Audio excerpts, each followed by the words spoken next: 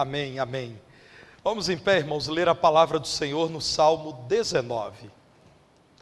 Salmo 19, todo ele é o texto bíblico em torno do qual meditaremos nesta noite que o Senhor nos dá para o culto ao nome dele. Que bom saber que temos aqui essa oportunidade de abrir a palavra do Senhor, na certeza de que o Senhor nos revela o que precisamos saber acerca dele, e pelo Espírito dele podemos compreender com profundidade essa palavra bendita. Salmo 19, como eu disse, é o texto que eu lerei a partir de agora e que nos diz assim: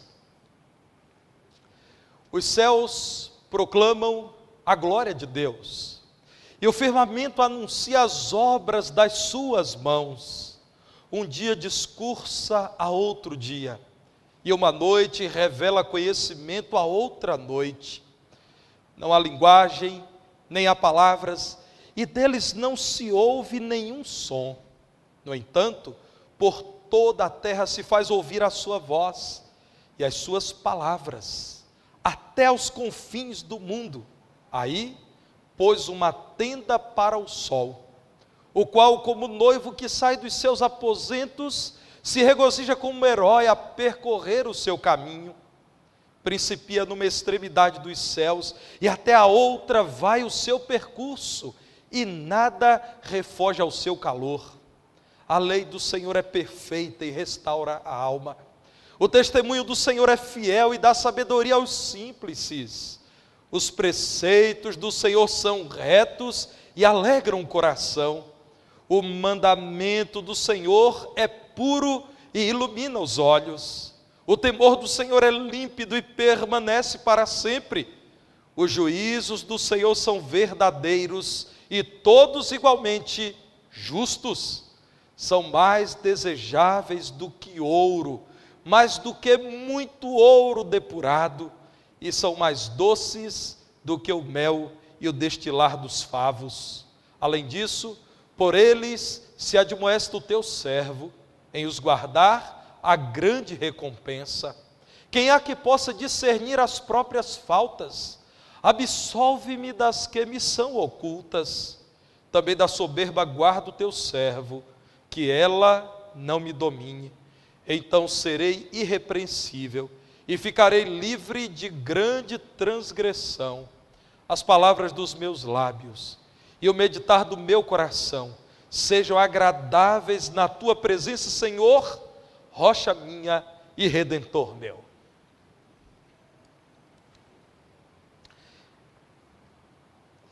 Neste tempo em que, como disse, celebramos a publicação das teses de Lutero, grande marco do movimento denominado Reforma Protestante, também nos lembramos dos grandes lemas da Reforma. São também chamados de 5 solas. Os irmãos precisam saber que naqueles dias, século XVI, o latim era a língua utilizada pela Igreja Católica. E por isso era uma língua muito conhecida. E então sola é uma palavra em latim, facilmente associada à nossa língua, traduzida como somente. Somente a fé, somente Cristo, somente a graça, somente as Escrituras e somente a Deus seja dada toda a glória. Só lhe deu glória. Nessa noite, meus irmãos, quando nós nos lembramos de tudo aquilo que aconteceu em torno do importante movimento, não apenas para o cristianismo, mas para a história do mundo, é importante nos lembrarmos desses lemas. Porque esses lemas foram propalados nos diversos países da Europa e depois, claro, ganhou o mundo inteiro, chegando ao recém-encontrado pelos europeus continente americano. Porque aqueles dias eram dias de grande dificuldade para quem tinha acesso à palavra e comparava a prática do cristianismo com a palavra de Deus. Naqueles dias, meus irmãos, Havia uma grande dependência de ritos da tradição humana. Por exemplo, a venda de indulgências. Não encontrando apoio em qualquer lugar da Bíblia, encontrava apoio nas bulas papais. Você poderia pagar pela salvação de alguém que morreu supostamente sem Cristo. Isso se tornou tão grave, meus irmãos, que houve naquele tempo, na busca pelo avanço da construção da Basílica de São Pedro, que está no Vaticano, um pequeno estado encravado em Roma, no coração da Itália, uma grande liquidação, uma oferta sem igual, um pagamento que poderia livrar várias gerações de parentes de quem pagasse da perdição eterna. Isso horrorizou crentes genuínos. Como comprar o favor de Deus? Havia, por parte de alguns emissários de Roma, a seguinte declaração: no momento em que a sua moeda cai no gasofilácio, a alma daquele por quem você oferta imediatamente pula do purgatório para o céu. Isso chocou crentes genuínos que não abriram mão de comparar o que era ensinado com a palavra de Deus. Eram dias difíceis. Eram dias de grande confiança nas obras das mãos dos homens. Fazer peregrinações a Roma, castigar o corpo com o que é chamado de autoflagelamento, autoflagelação, buscar, acrescentar ganho espiritual por meio da destinação de bens materiais à igreja. Naqueles dias foi necessário relembrar que a dependência de homens, a dependência de ritos religiosos inventados por homens, estavam ferindo a glória de Deus, porque não devemos depender de outro a não ser do Deus eterno, aquele que criou, sustenta e governa todas as coisas. Foi necessário relembrar que Deus é o Criador, portanto a Ele toda a glória deve ser dada, que Deus é o sustentador da igreja, portanto a igreja não deveria depender da intercessão de mortos, chamados também de santos, da intercessão de outros nomes que não do Senhor Jesus Cristo. O culto a Maria tornou-se tão popular que em muitos lugares já não mais se mencionava o nome de Jesus, mas tão somente o nome da Virgem Maria. Foi necessário dizer que a salvação eterna e o sustento da igreja vem tão somente do Senhor Jesus Cristo. Em nossos dias, meus irmãos, ainda precisamos pregar acerca dessas verdades. Olhem à volta dos irmãos. A existência dos artistas do mundo gospel são acompanhados por fã-clube também. São reverenciados como verdadeiras estrelas. Alguns desses cantores do mundo gospel são aplaudidos, são seguidos, causam suspiros nas pessoas em seus eventos que agora são chamados de show, não mais um culto a Deus. Olha à volta de vocês, assim como no cristianismo católico, em que tantas igrejas recebem o nome de São José, Santo Antônio, São Pedro. Olhe para igrejas dos nossos dias, o nome dos seus fundadores na frente. A glória não deveria ser dada totalmente ao nome do Senhor Jesus Cristo. Graças a Deus, aqui nesta igreja não temos e jamais teremos foto de homem algum, nome de homem algum, que toda a glória seja dada ao Senhor Jesus Cristo. Olhe à volta dos irmãos, as correntes e sacrifícios que tentam substituir uma vida de comunhão com Deus, de profundidade na palavra, de dependência do Senhor, por aquilo que o homem pode fazer. Compre a pulseirinha disso, ande no tapete de sal, suba no monte, carregue um galão de água, volte de lá e use toda essa água, busque óleo que vem de Israel. Meus irmãos, naqueles dias, nos dias de Lutero, se fosse possível juntar todas as lascas que eram chamadas de lascas da cruz de Jesus, daria para construir uma arca de Noé.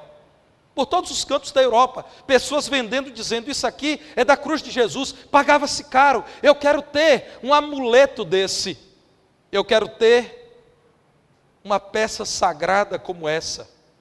Alguns historiadores dizem, meus irmãos, que se fosse reunido todo o leite que era dito que era o leite da Virgem Maria, conservado 1 milênio e meio, seria possível alimentar toda a população da Europa em um dia com aquele leite. Como conservar um leite em 1500 anos? Isso era vendido, irmãos. Tudo. Fragmentos da rocha do túmulo de Jesus. Meus irmãos, um verdadeiro escárnio à santidade do Senhor. Mas olhem em nossos dias, se não está acontecendo mesmo. Teologia da prosperidade, irmãos. Há cultos cristãos que são dedicados a darem ao homem tudo o que o homem quer, ou pelo menos a prometerem isso.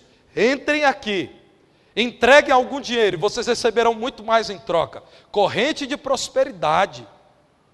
Meus irmãos, não é verdade dizer que a reforma já cumpriu o seu papel. A reforma da igreja precisa continuar acontecendo, porque os mesmos pecados que horrorizaram homens e mulheres comprometidos com Deus no final da Idade Média, horrorizam a quem continua temendo ao Senhor e a sua palavra em nossos dias. Olhem para Romanos capítulo 1, versículo 25. O apóstolo Paulo é usado por Deus para denunciar que naqueles dias mudaram a verdade de Deus em mentira, adorando e servindo a criatura em lugar do Criador, o qual é bendito eternamente. Amém. Dos 5 somentes da reforma, eu quero nessa noite falar sobre somente a Deus toda a glória. No meu entendimento, meus irmãos, é urgente dizermos que existe um Deus Criador, a quem devemos ser gratos pelo dom da vida, que nos sustenta, a quem devemos ser gratos por tudo que temos à nossa volta, um Deus que sustenta a sua igreja e que levará o seu povo à eternidade. É tempo de voltarmos a dizer que Deus é glorioso, que a Ele deve ser dada toda a glória, como diz Davi no Salmo 19 que lemos agora há pouco no princípio. Davi principia esse salmo dizendo: os céus proclamam a glória de Deus. Toda a criação diz que existe um Deus a quem toda glória deve ser dada. Acerca desse salmo, o Salmo 19, o grande escritor já morto, C.S. Lewis, escritor cristão, disse que ele considera este salmo, o Salmo 19, o maior poema do livro de Salmos, com algumas das mais maravilhosas palavras de um cântico de todo o mundo. E eu concordo com C.S. Lewis. Aqui estão algumas das declarações mais certas e mais belas acerca do Deus que nos criou e que nos sustenta. Olhem para esse salmo e ao final se perguntem se vocês têm dado toda a glória a Deus como a criação da glória a Deus. A criação da glória a Deus ao reconhecer o seu poder, o firmamento, o céu com a lua, as estrelas, o céu que está aí à nossa volta, ou diante dos nossos olhos, diz o texto bíblico, anuncia as obras das suas mãos. Ao olharmos para o céu vasto, belo, firme, nós reconhecemos que existe um Deus grandioso, belo e sábio, que o pintou, que o desenhou tal como Ele é. Portanto, ao olharmos para aquilo que Deus criou, nós damos glória ao Criador. É triste olhar como na história da humanidade, diversos cultos religiosos olharam para a criação e não deram glória ao Criador, mas deram glória à própria criação. Transformaram animais e características do mundo criado em objeto de devoção de culto. O biólogo Edward Wilson falou um pouquinho sobre a vastidão desse mundo. Irmãos, o Wilson disse o seguinte: já foram catalogados no mundo 6 milhões e 100 mil tipos de fungos. Vejam bem, eu não estou falando de 6 milhões de tipos de vida na Terra. O biólogo disse que só fungos hoje na Terra já se encontraram 6 milhões e 100 mil tipos de fungos. Você entendeu porque é impossível viver nesse mundo e de vez em quando não ter um fungo ali na unha, um fungo na pele. 6 milhões e 100 mil. 10 mil espécies de formigas. Vejam bem, eu não estou falando de 10 mil espécies de répteis. Eu estou falando só de um inseto que é a formiga. 10 mil espécies de formigas. Plantas com flores. Quem gosta de flores? 300 mil tipos de plantas com flores. Recentemente, na Amazônia, catalogaram-se mais umas 120 novas flores que estavam em densa selva ainda não conhecidas. Certamente essas 100 e poucas novas espécies de flores não estão aqui no relato do biólogo Edward Wilson. Ele disse que há no mundo hoje cerca de 4 a 5 mil espécies de mamíferos. 4 a 5 mil espécies de mamíferos, só mamíferos. Aves, aproximadamente 10 mil espécies de aves conhecidas.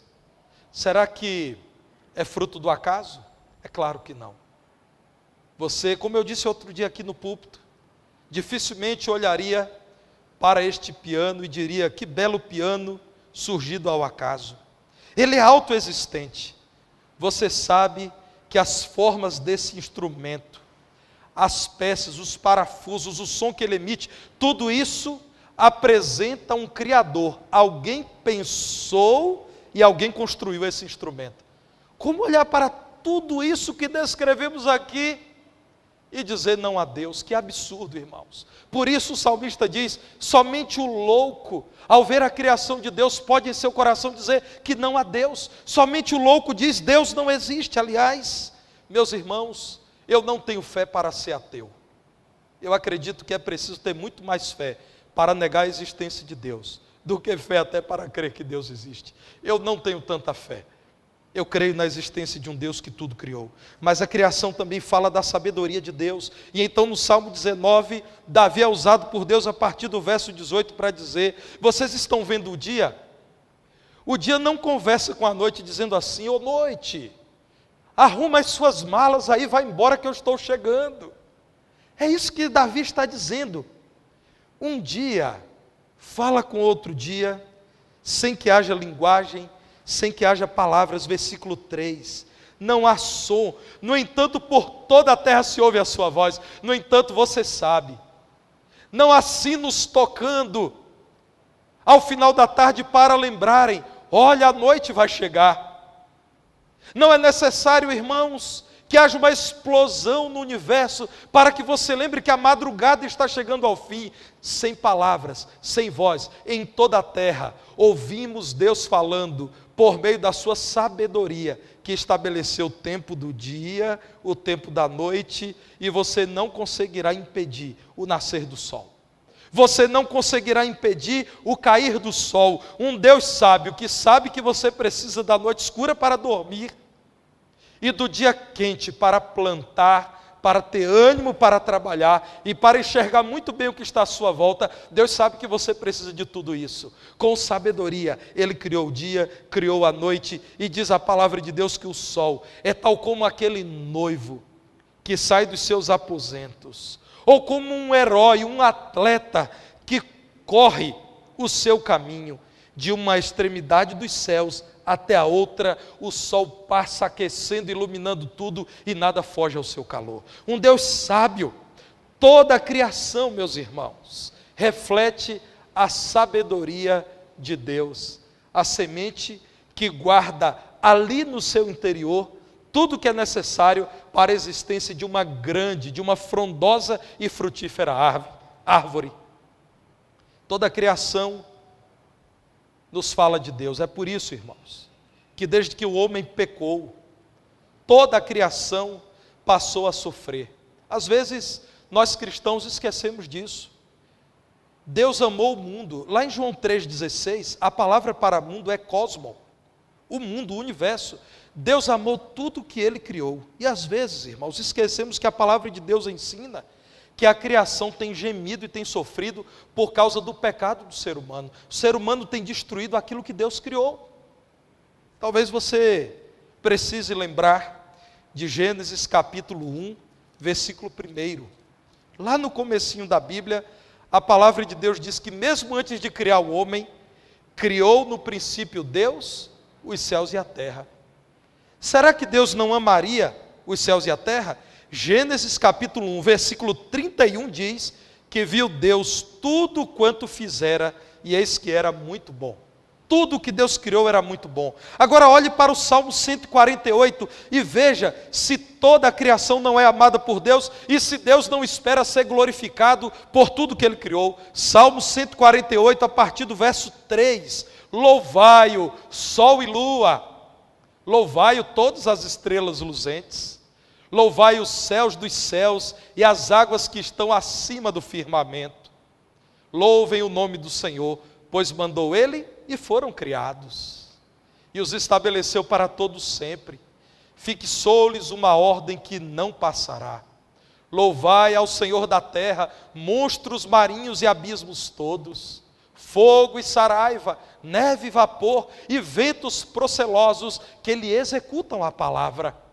Montes e todos os outeiros, árvores frutíferas e todos os cedros, feras e gados, répteis e voláteis, reis da terra e todos os povos, príncipes e todos os juízes da terra, rapazes e donzelas, velhos e crianças, louvem o nome do Senhor, pois só o seu nome é excelso, a majestade é acima da terra e do céu. Deus criou não apenas jovens e velhos, Deus criou animais, céus e terra, Deus criou todas as coisas. O Salmo 150, no verso 6, diz, não apenas que o ser humano deve louvar a Deus, diz, todo ser que respira, louve ao Senhor, aleluia! É por isso, meu irmão, que toda a criação sofre com a agressão do homem, com o pecado do homem, com o desprezo do homem ao Deus que criou e à criação de Deus. Aliás, eu quero compartilhar o que diz o profeta Oséias, no capítulo 4, versículos 1 a 3.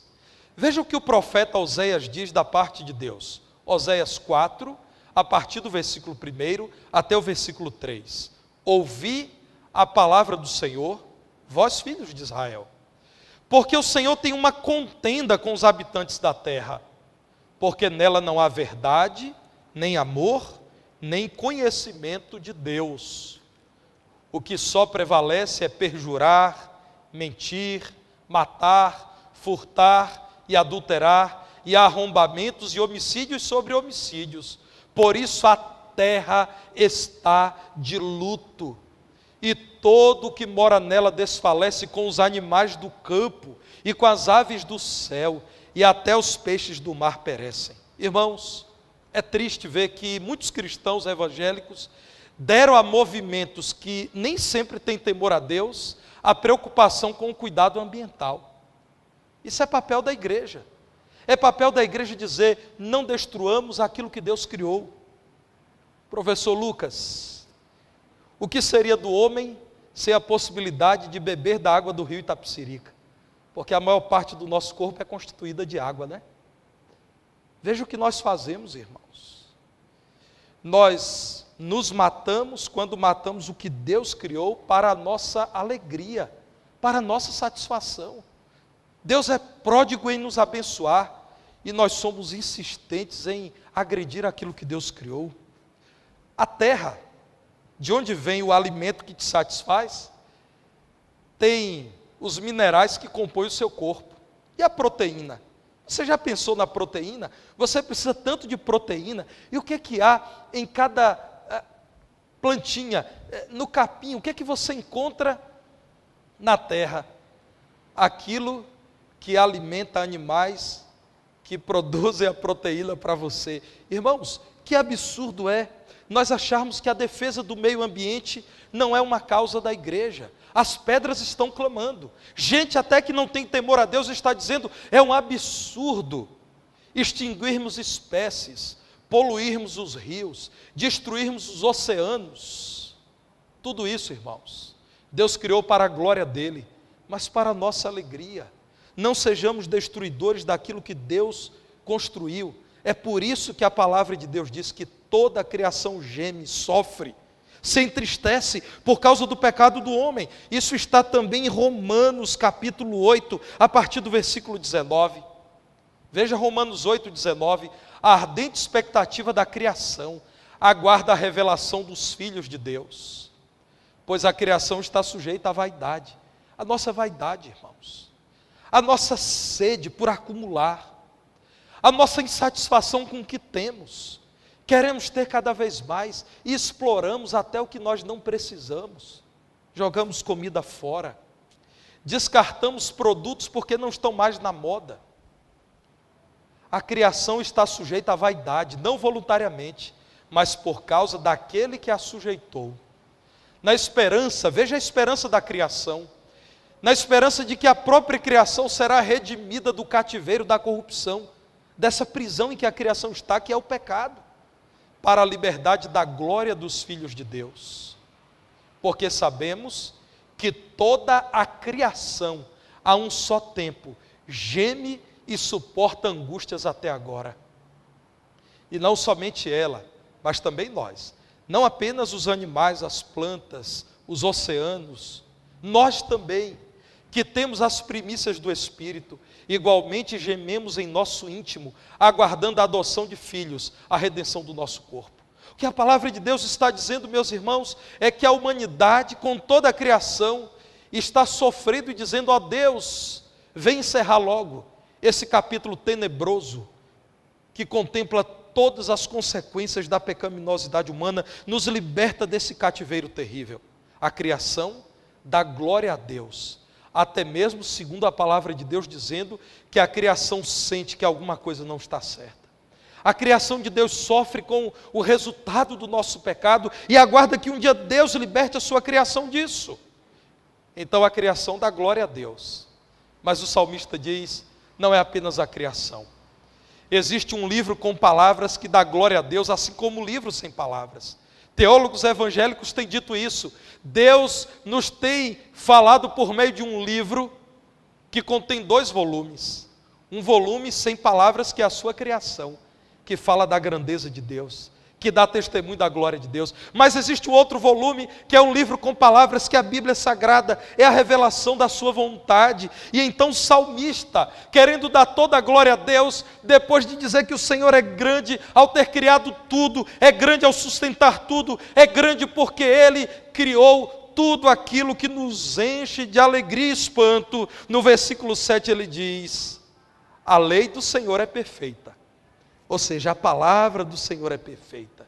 E aqui os irmãos verão na sequência o salmista dizendo: Deus deve ser glorificado por sua palavra, porque na sua palavra não há erro. No versículo 8 é dito: os preceitos do Senhor são retos, o mandamento do Senhor é puro. Estude a Bíblia com seriedade, você não encontrará erro na palavra de Deus. Nos escritos originais da palavra de Deus não há erro. Talvez encontremos erros de tradução, e por isso o Senhor continua levantando mestres que estudam em profundidade a palavra de Deus. Graças a Deus, por milagre do Senhor, nós temos, irmãos, muitos e muitos escritos antigos da palavra de Deus em diversas bibliotecas em todo o mundo. Comparadas, elas demonstram quão preservadas estão em sua essência.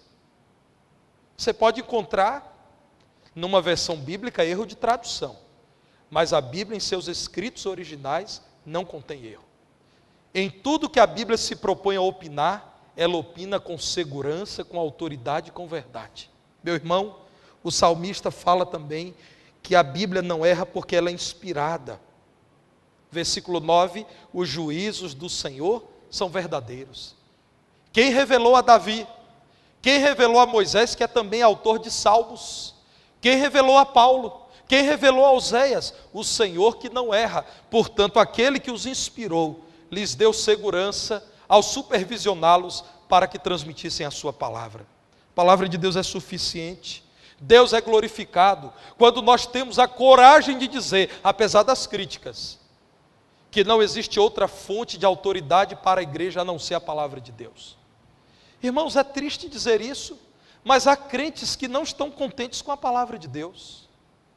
Eles querem experiências que são divulgadas, sabe-se por quem, não se sabe com segurança as consequências dessas aventuras religiosas. O meu desafio para você e para mim é assim: você só deve procurar outra revelação que não a da Bíblia depois que você tiver lido toda a Bíblia, tiver cumprido toda a Bíblia e você disser, olha, não falta mais nada.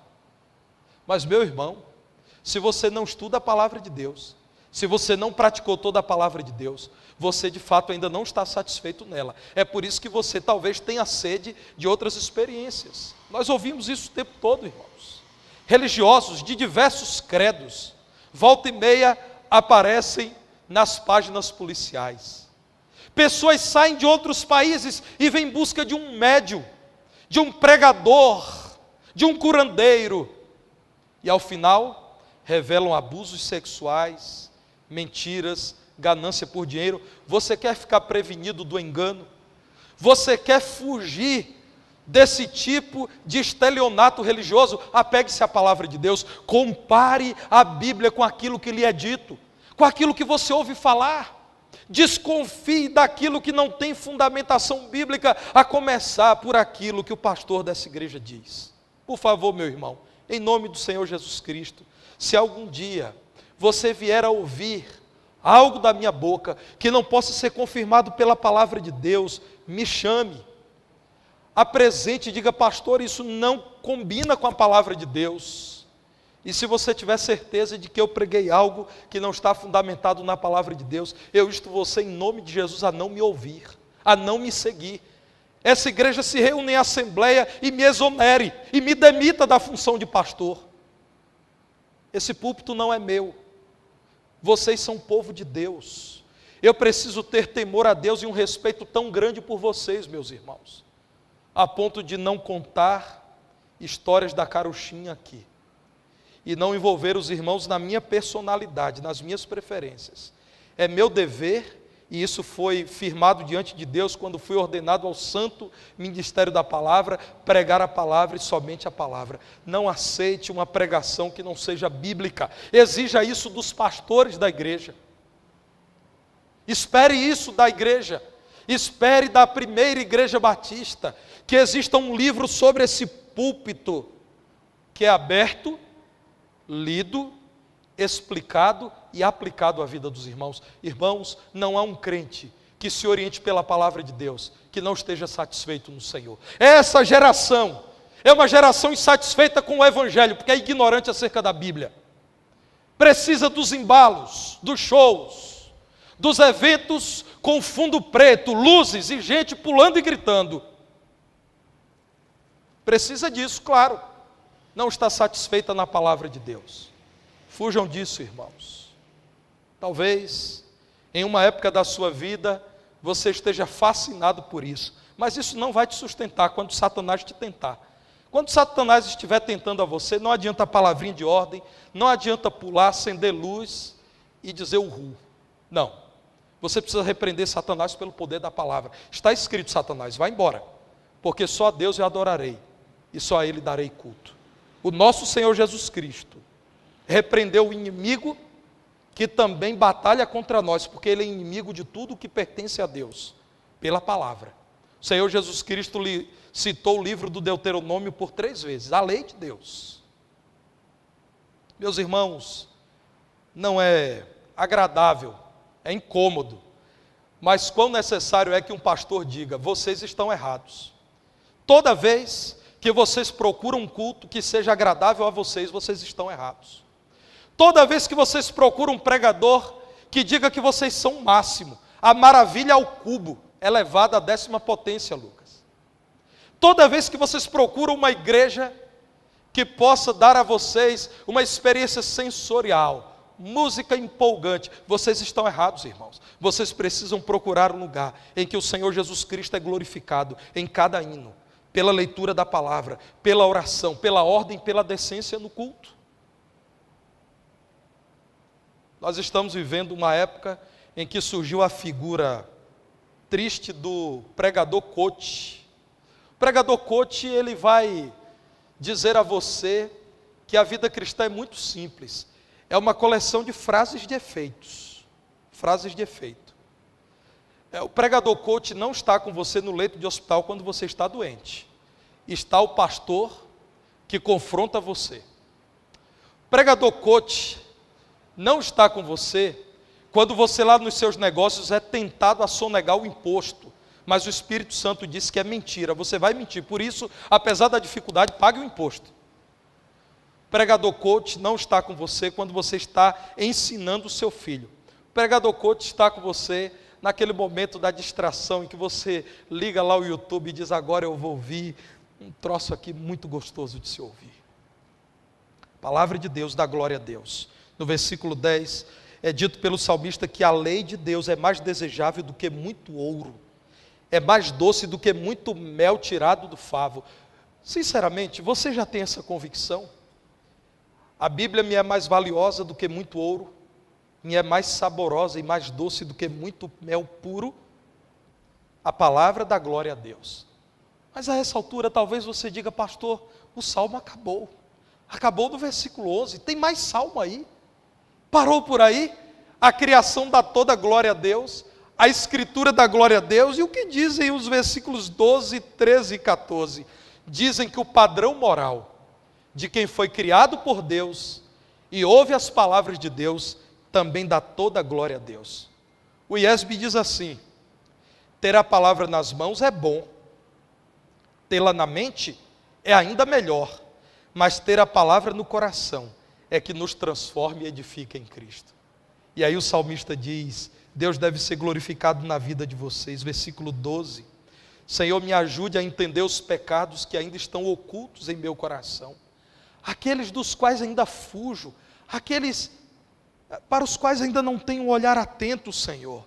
Senhor, eu já sei que o Senhor é Deus, que o Senhor é santo, e já sei do ensino da Tua palavra. Então, no secreto do meu coração, me ajude a arrepender-me e absolve-me disso, porque eu sei que uma vida reta dá glória ao Teu nome, Senhor. Não existe outro maior fiscal do cristão do que o Espírito Santo que habita o crente, que chama o crente a viver uma vida santa todos os dias. Veja o versículo 13, quando ele diz: Senhor, onde houver soberba, livra-me da soberba, porque o Senhor é tudo, e eu devo dar toda a glória ao Teu nome. Senhor, eu quero ficar livre da transgressão do pecado. E então no versículo 14 ele diz: o que eu falo, o que eu penso, o que eu faço, seja tudo para a Tua glória, Senhor. O Senhor é a minha rocha e é quem me providencia a salvação. O Senhor criou, me sustenta e me redime de todo pecado. O que pensamos, o que fazemos e o que dizemos deve dar toda a glória a Deus. Nos dias de Lutero, Zwinglio, Menno Simons, Calvino, Melanchthon e tantos outros, o que estava sendo dito era: reconheçam que existe um Deus e deem glória somente a Ele. O que passa disso é idolatria. Reconheçam que Deus revelou a sua vontade com clareza. Não fiquem buscando aquilo que pode substituir a palavra de Deus, porque vocês jogarão fora o alimento do cristão, o sustento do cristão, o ensino do cristão. Que o conhecimento do Deus a quem deve ser dada toda a glória e a palavra gloriosa dele transforme a vida de vocês. Não é aceitável que alguém participe de um culto como um genuíno cristão, mas viva como um verdadeiro pagão. Que a vida seja a consequência do culto a Deus, porque Ele te criou e te salvou, meu irmão. Dê glória somente a Ele, ao Deus eterno, e cante conosco nessa noite: Castelo Forte é o nosso Deus. Esse hino foi escrito há mais ou menos meio milênio. Todos os hinários cristãos também têm esse hino em sua inódia. Ele foi escrito por Lutero. Lutero estava excomungado pelo Papa, a cabeça dele posta a prêmio, e foram então dizer para ele que estava no castelo, escrevendo, traduzindo o Novo Testamento para a língua alemã, foram dizer a ele: Lutero, muito cuidado, porque querem te matar, e vão ganhar muito dinheiro com a entrega da sua cabeça ao Papa. Lutero, então, usado por Deus, escreveu esse hino: eu estou nesse castelo, mas o meu castelo forte é o nosso Deus. Ele é a minha espada, Ele vai me defender. Ele é o bom escudo. Nós cremos nisso, irmãos. Nós vivemos assim. Por isso, vamos cantar Castelo Forte. Vamos cantar em pé.